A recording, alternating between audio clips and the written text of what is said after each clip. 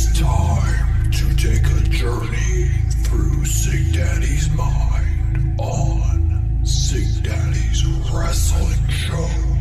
Here's Sig Daddy.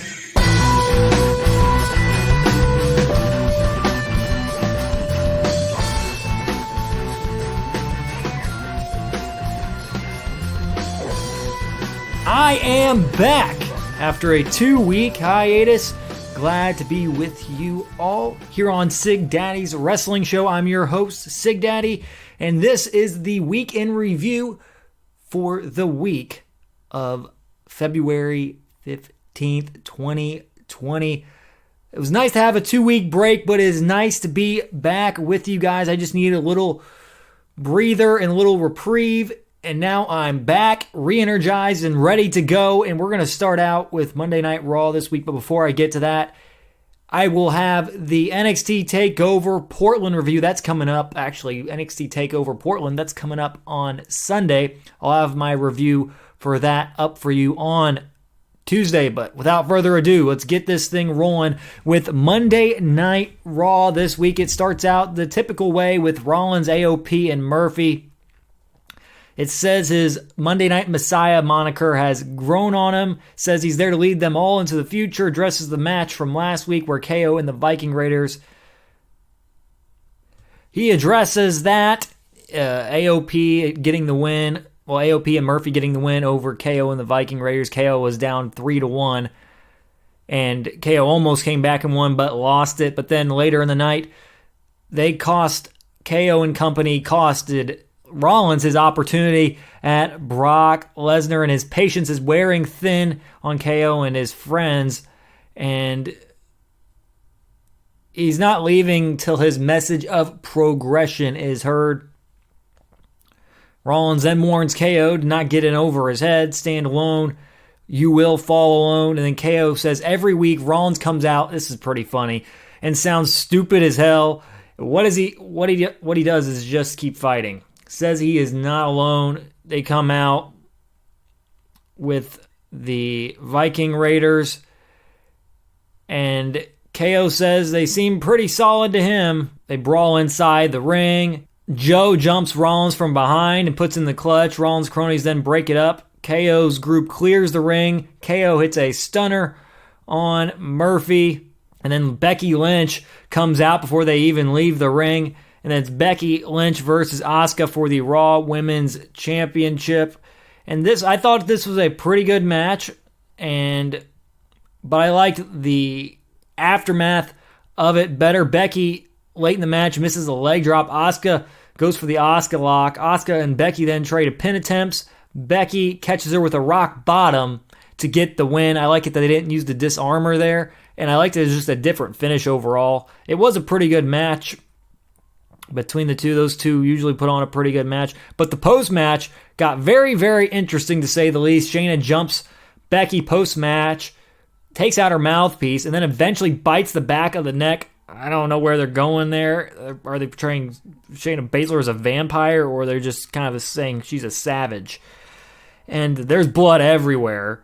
Shayna grins with blood in her mouth, and there's pretty much our WrestleMania storyline. Medics come out to help Becky. Becky refuses the help for the most part. After that, we get Mojo and Riddick Moss versus Street Profits. And this was kind of a waste of time. Street Profits pin Moss quickly after a spinebuster frog splash combo. Mojo's the 24/7 champ. And then right after the match, Riddick Moss, supposedly Mojo's kind of protege, inside cradles Mojo and wins the 24/7 championship. I don't know what to think of the 24/7 championship right now. It's not very interesting. It's, all honesty, pretty boring. But yeah, that was a waste of the Street Profits and both Mojo and Riddick Moss's time. And Becky's forced to go to the hospital post that and drives herself there. We thought we saw the last of MVP, but he is back, actually. He's hosting the VIP Lounge, and this is the first time in 10 years this thing's appeared on Monday Night Raw, and he's with Drew McIntyre. And he's kind of pretty much trying to recruit McIntyre. Well, he's trying to be McIntyre's mouthpiece, really, his business manager, his advocate, like Brock Lesnar. I thought this was pretty effective. And McIntyre then said, like later in the segment, says the difference between him and Lesnar, he doesn't need a business partner to talk for him and kiss his bleep. MVP gets kind of mad about it. They stand face to face. MVP calls himself an butt kicker, or the other word. But MVP says he needs him not to turn his back on him.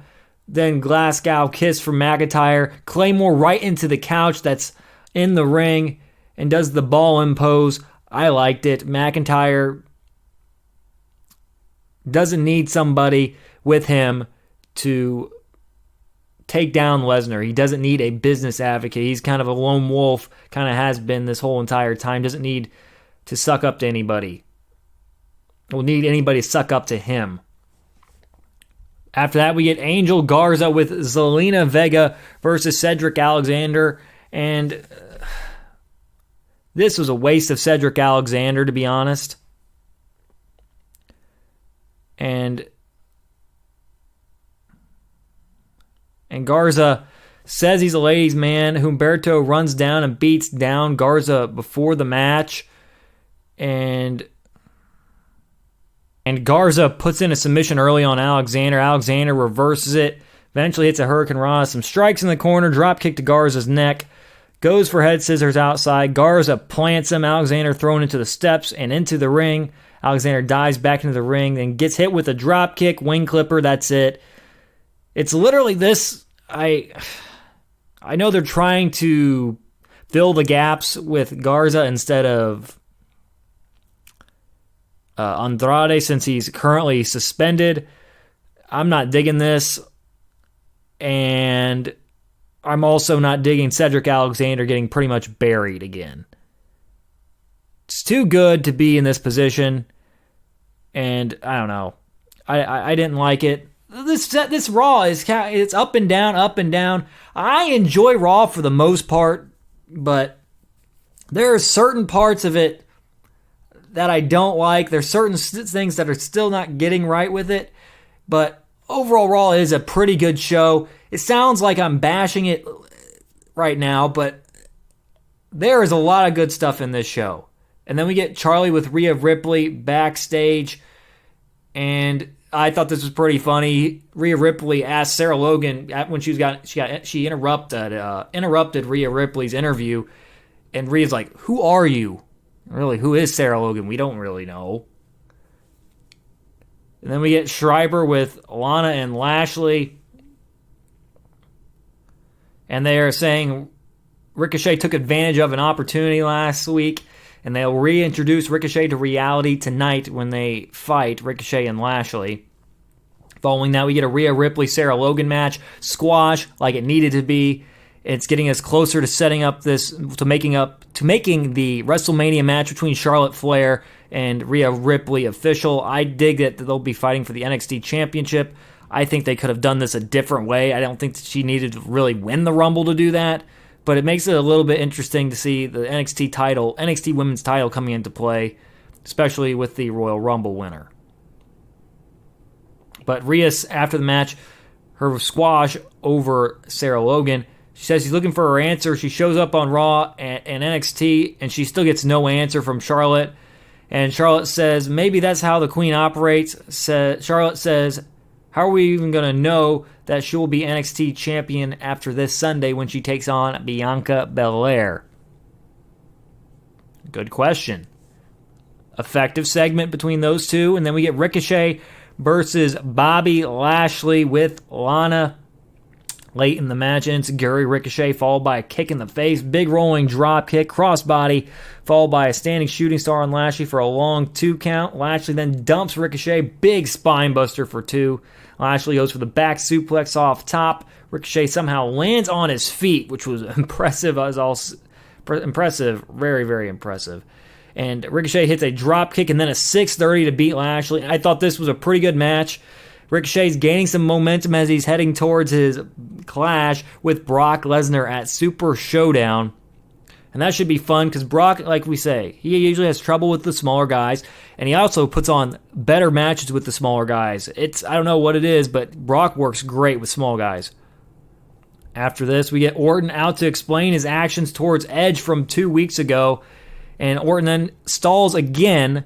Matt Hardy comes out and interrupts. Could be the write-off for Matt Hardy, but actually we find out it's not. He actually has a match next week against Randy Orton, but Matt asks him, he wants to know why he did what he did to Edge like everybody else does, and Matt says he's probably thinking, why do you give a damn about Edge?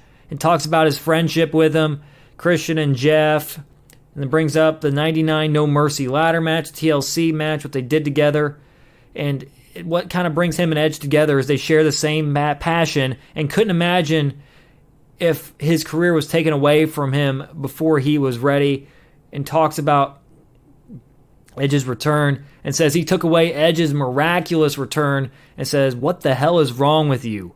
Matt then stops an RKO attempt from Orton. They brawl in the corner for a second, but Orton hits an RKO and a concerto.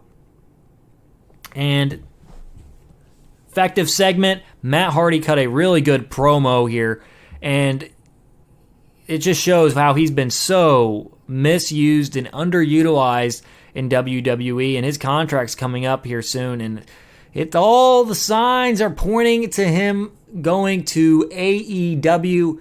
I'm perfectly fine with that because he could be used so much better over there than he has been in WWE, especially without his brother, and they failed epically to capitalize off the broken universe, and AEW will listen, and they'll let him have some creative freedom.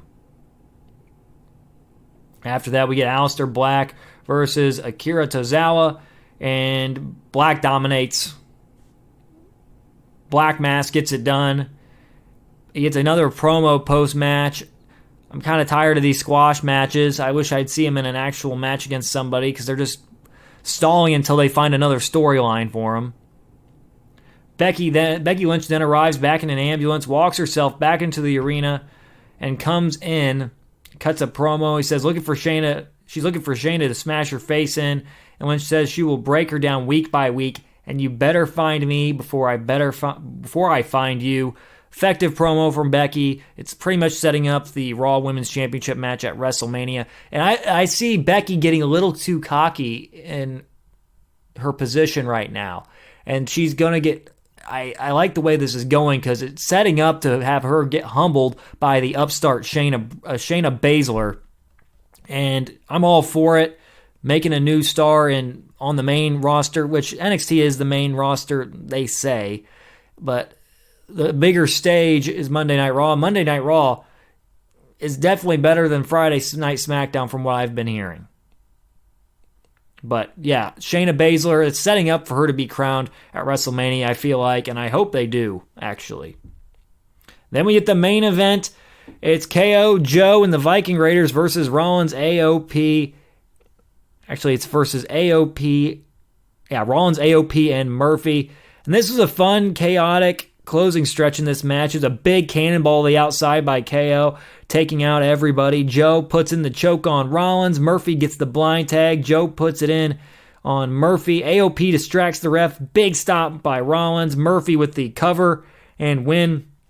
Fun main event, but really KO is yet to get a leg up on Rollins. But really, overall, this was a good episode of Monday Night Raw. It had its times where it was kind of dumb, like the Street Profits and Mojo with Riddick Moss. It didn't make it was just kind of And what else was there that I didn't really like was the Angel Garza and Cedric Alexander, how Cedric Alexander's being used right now. But overall, this was a good episode of Monday Night Raw. A couple things just didn't like, the Garza and the Riddick Moss, Mojo Rawley, Street Profits match and segment. But other than that, a good episode of Raw. The Orton stuff, it's getting to be really, really good. Love Matt Hardy's insertion in there. And Ricochet and Bobby Lashley delivered, and the main event did deliver. Good episode of Monday Night Raw. And then we get AEW Dynamite on Wednesday night. SCU, Scorpio Sky, and Frankie Kazarian versus Hangman Adam Page and Kenny Omega for the AEW World Tag Team Championships. Late into the match, hot tag to Page, comes out like a house of fire, chops and big boots, post-to-post clothesline, fireman's carry, drop into a moonsault with a second of hesitation, grabbing at his knee that was attacked earlier in the match. Hangman then goes for a buckshot on Sky. Kaz comes out with his own clothesline, swinging assisted DDT by Kaz, then a backstabber into a cutter by Scorpio Sky, dragon sleepers by both Kaz and Scorpio. Kenny breaks it up. Kenny gets a blind tag. V triggers, followed by a snapdragon. Kaz then avoids the buckshot while Kenny fights off Omega. Kenny fights off Scorpio Sky. Then a V trigger buckshot combo gets it done for Omega and Page. It was a fun and hot tag opener to start, and we've gotten used to that in AEW. AEW always brings it with their tag openers and their tag matches in general. I like that that's a point of emphasis for them, and it's been fun to watch. Dark Order and the Creepers show up post-match. There was a video pre-match that ended up sending Christopher Daniels to the back to have an eye on him. The Best Friends come out to even the odds against the Dark Order. Butcher Blade and Bunny out along with the Hybrid 2. Then the Bucks come out. They all brawl, getting us all ready for that number one contender tag team battle royal coming up next week in Atlanta, GA. The Bucks stand tall in this one, and they hit double cross bodies before we head to commercial. Then we get an interview from Jim Ross and Santana. Santana says he's going to teach Moxley about darkness and talks about his struggles from 10 years ago, his father's blindness and the loss of him. And that was a good segment from Santana. And then we get a Darby Allin video package talking about how he got his throat smashed in with a skateboard by Inner Circle and they made a mistake, and he'll find them, but offers to fight Sammy Guevara at Revolution. Following that, we get the Guevara-Dustin Rhodes match. It was a solid match. Dustin, in his hometown of Austin, Texas, gets a win, gets some revenge on Sammy because they had a match earlier in the year, and Sammy won that. The closing stretch of this, Guevara's wasting time. He gets a back body drop. It's a front suplex by Dustin, and then a destroyer, and a final reckoning, the final cut. It gets it done for Dustin Rhodes, and Dustin then grabs a mic post-match, tells Jericho's female dog to turn around, aka Jake Hager, and he tells him, are you ever going to get in the ring, or are you just collecting a paycheck? Wants revenge for breaking his arm. Hager does come down, but doesn't accept the match initially. We find out later in the night that we are getting the match between Jake Hager and Dustin Rhodes at Revolution. It should be good. Solid segment. Solid match from Dustin. And Dustin, he's still got it. He's over 50 years old, and he can still go. And Guevara didn't look too bad himself. Then we get Tony Schiavone with Britt Baker giving her explanation for her actions last week. And she did it out of her opponent's best interest, and she explains it from a dental standpoint. And expert analysis from Britt on this about the upcoming title match. And she says, after that, they're still number 2 to me. She thinks she's the hottest thing going, and makes a Whataburger joke, says these people are Whataburger faces. That was awesome. And then brags about her accomplishments and says it's her division. I like this new side of Britt Baker. I thought they pulled the trigger on it a little early, but you know what? It was good. It's been a good move for her, and looking forward to seeing what she can do moving forward. Then we get the rematch from the first episode of Dynamite where Riho won the AEW Women's World Championship. In all honesty, this reign has been very underwhelming to me since she hasn't been featured on television all that much. She'll have a title match here and there and then gets beat. Then not doesn't get beat, but then kind of just disappears for a while. But I thought this was a pretty dang good match. Nyla Rose in this bumped very, very well for Riho, and I thought this was the right move to make Nyla Rose champ. Give it to a dominant presence, and when somebody beats her, it's a big deal. And it was a nice big versus small matchup. Riho hit some dragon suplexes and Northern Lights in this match on Nyla Rose. It was fun to watch, and really these two have pretty good chemistry. So late in the match, Riho hit double foot stomps. Nyla kicked out at one. Riho hits it again, and the third time, Nyla gets her feet up to the ropes on the pin attempt after the third one.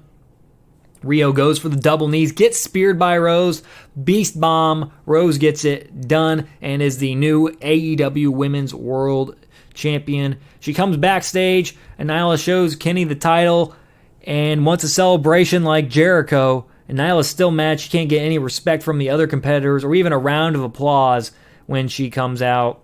And we get Jericho in an interview talking about an assassin he's been searching for. And if Moxley survives this week in the eye for an eye match against Santana, it will be Jeff Cobb waiting for him.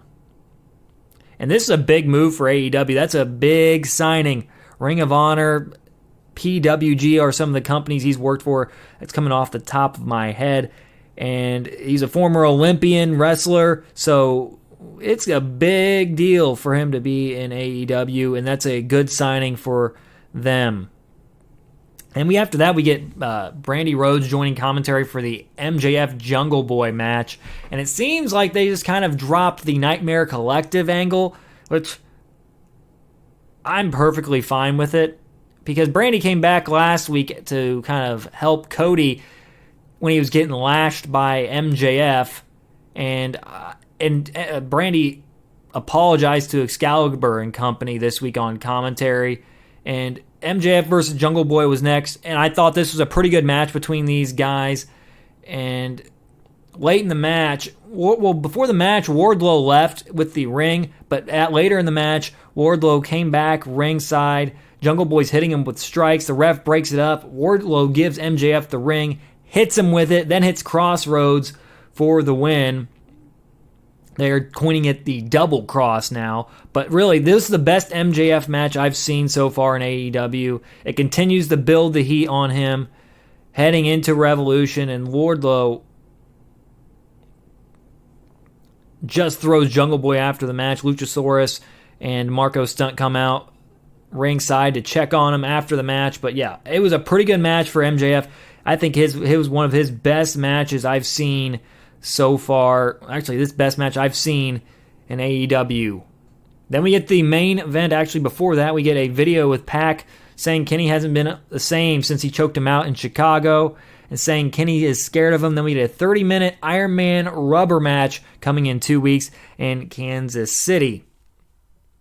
That should be fun. But Santana and Moxley, eye for an eye. This started out brawling on the outside. Jericho, Guevara, and Hager are all in a luxury box. Late in the match, Ortiz spits alcohol in the face of Mox. Santana hits a cannonball frog splash. Mox kicks out. Mox with a thumb to the eye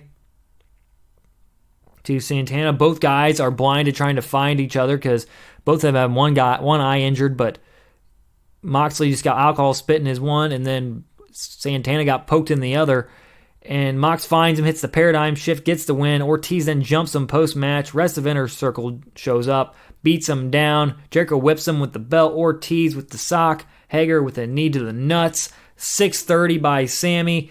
Jericho with Judas effect. Jeff comes out, hits his reverse power slam.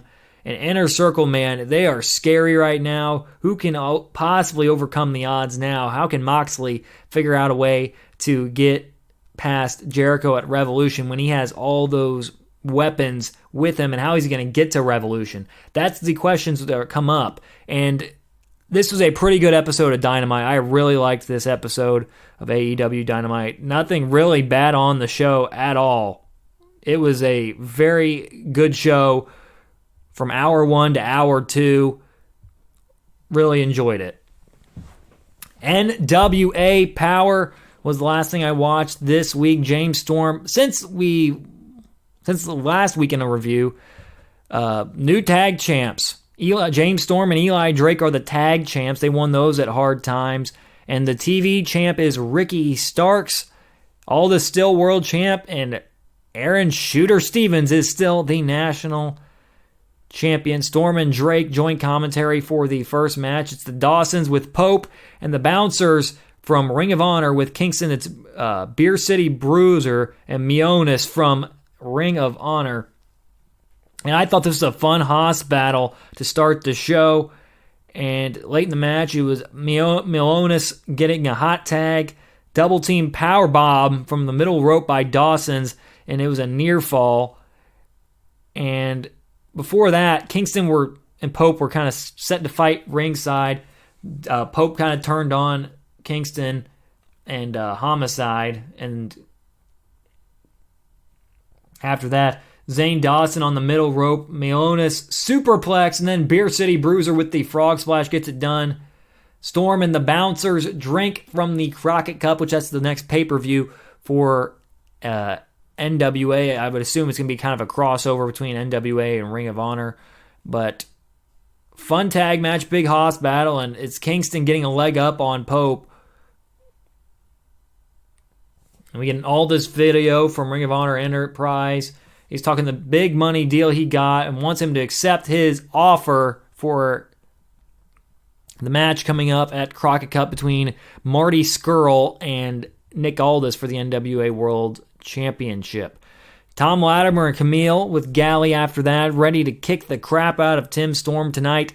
Galley then asks him about the possibility of challenging for the World Championship, and he's not going to play into what Joe is saying. Says he and Isaacs are going to go get their titles back, their tag team titles back, and says Storm and Drake aren't a real team. Nick Aldis and Royce, they're going to take out the Rock and Roll Express, and he will take out Tim Storm. And Camille, she still doesn't talk.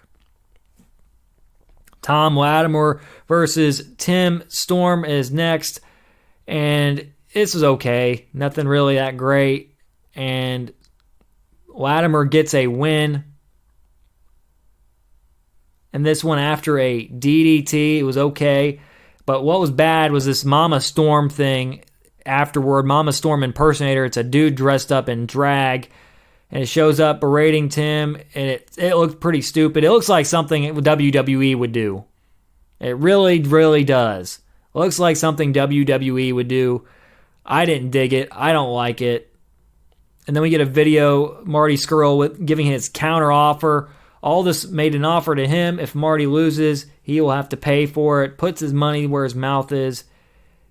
If he beats him, NWA World Champion, he's NWA World Champion.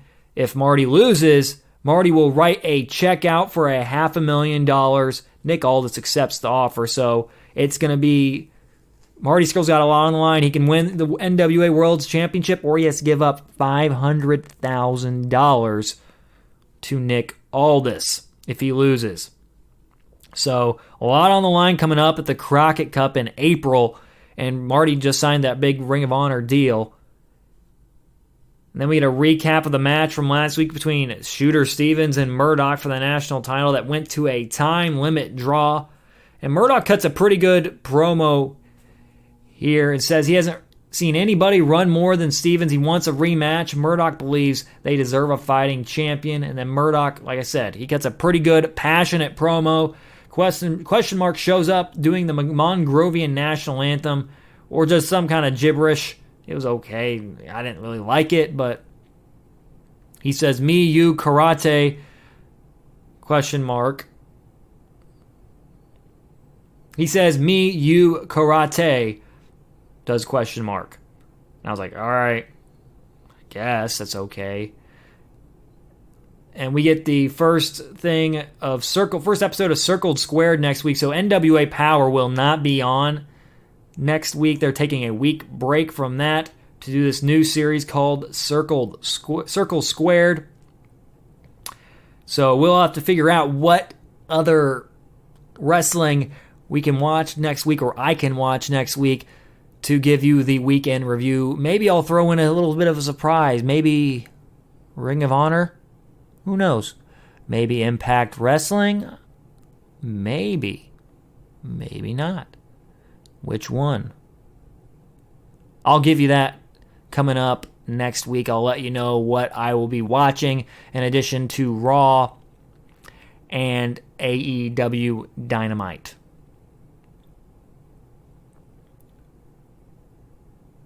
Then we get Matt Cross versus Ricky Starks. We find out if he defends the title 7 times, he will get an NWA World title shot. He's already defended it 1 time against Zicky Dice just a few weeks ago. This was a slow-paced match to start for the first 2 minutes. It's a 6:05 time limit, and it picks up eventually.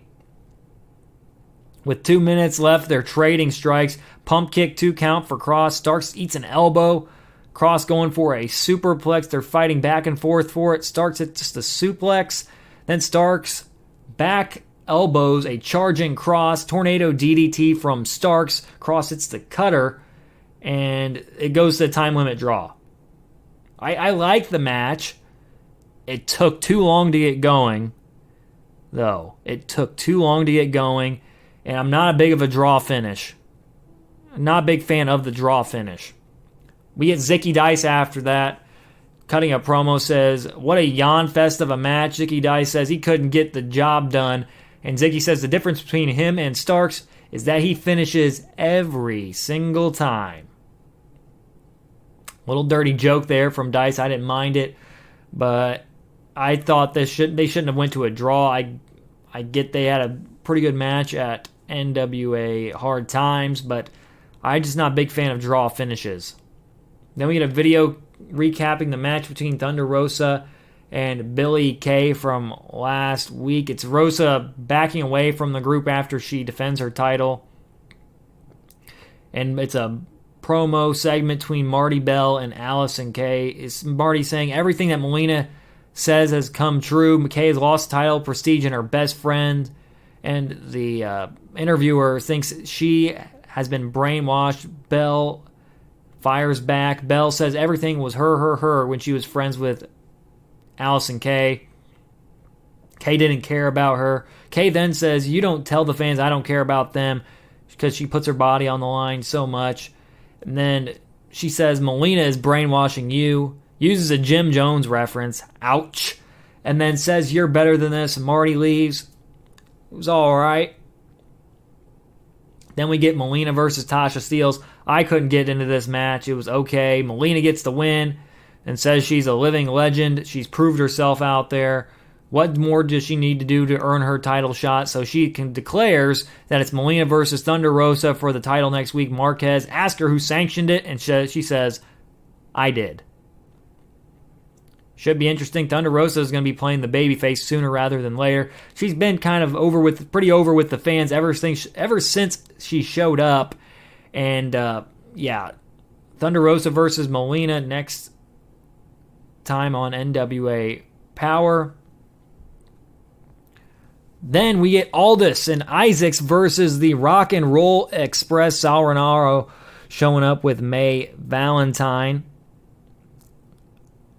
And late in the match is an inside cradle from Gibson. Isaac getting suplexed by Gibson. Aldis thrown off the top rope. Backslide broken up by Aldis.